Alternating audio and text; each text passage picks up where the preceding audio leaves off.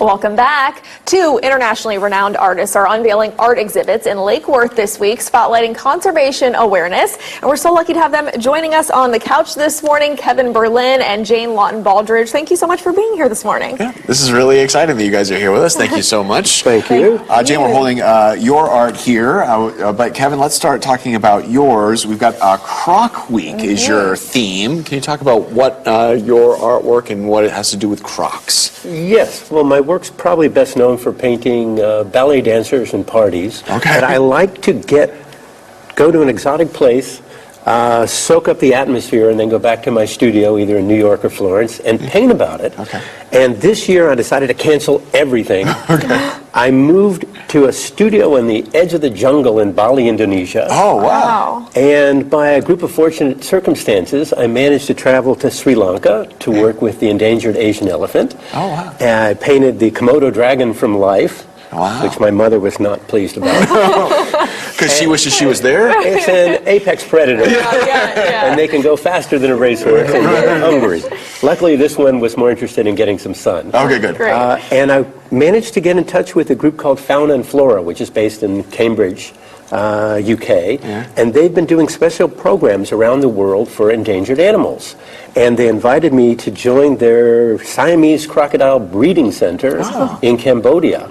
So I went on a trip, and next thing I know, I was looking eye to eye with the Siamese crocodile. Wow. Now, this animal, the crocodile, of course, has been around before the Tyrannosaurus Rex, 100 million years. And when I was at the breeding center, I discovered that the Siamese crocodile was actually considered extinct in the wild. There were none left. They found a small population in 2004, and using the platform of a crocodile farm, and that's the reason the crocodiles are going extinct. They're being bred on farms and made into fashion accessories.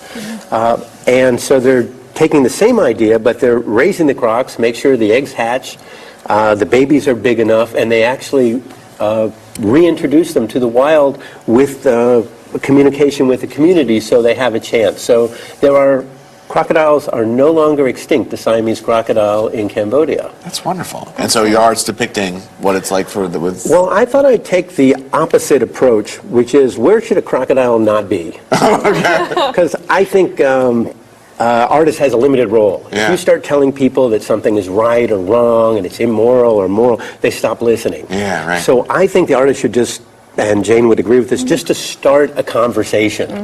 And so if you ask a 5-year-old, should a crocodile be in your living room?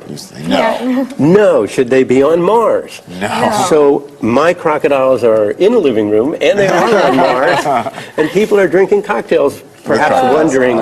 And one of the main pieces, for example, which is the largest piece, is called Elephant in the Room, which, of course, I suppose you have room for a crocodile and elephant here. Maybe. Jane, we're holding some of your beautiful pieces here, and I know you are highlighting some of the specialness of the Everglades. Tell us a little bit about your exhibit. So these are mini pieces compared to what's in the show. I have pieces up to 7 feet. Wow. But back to what Kevin was saying about starting the conversation, I am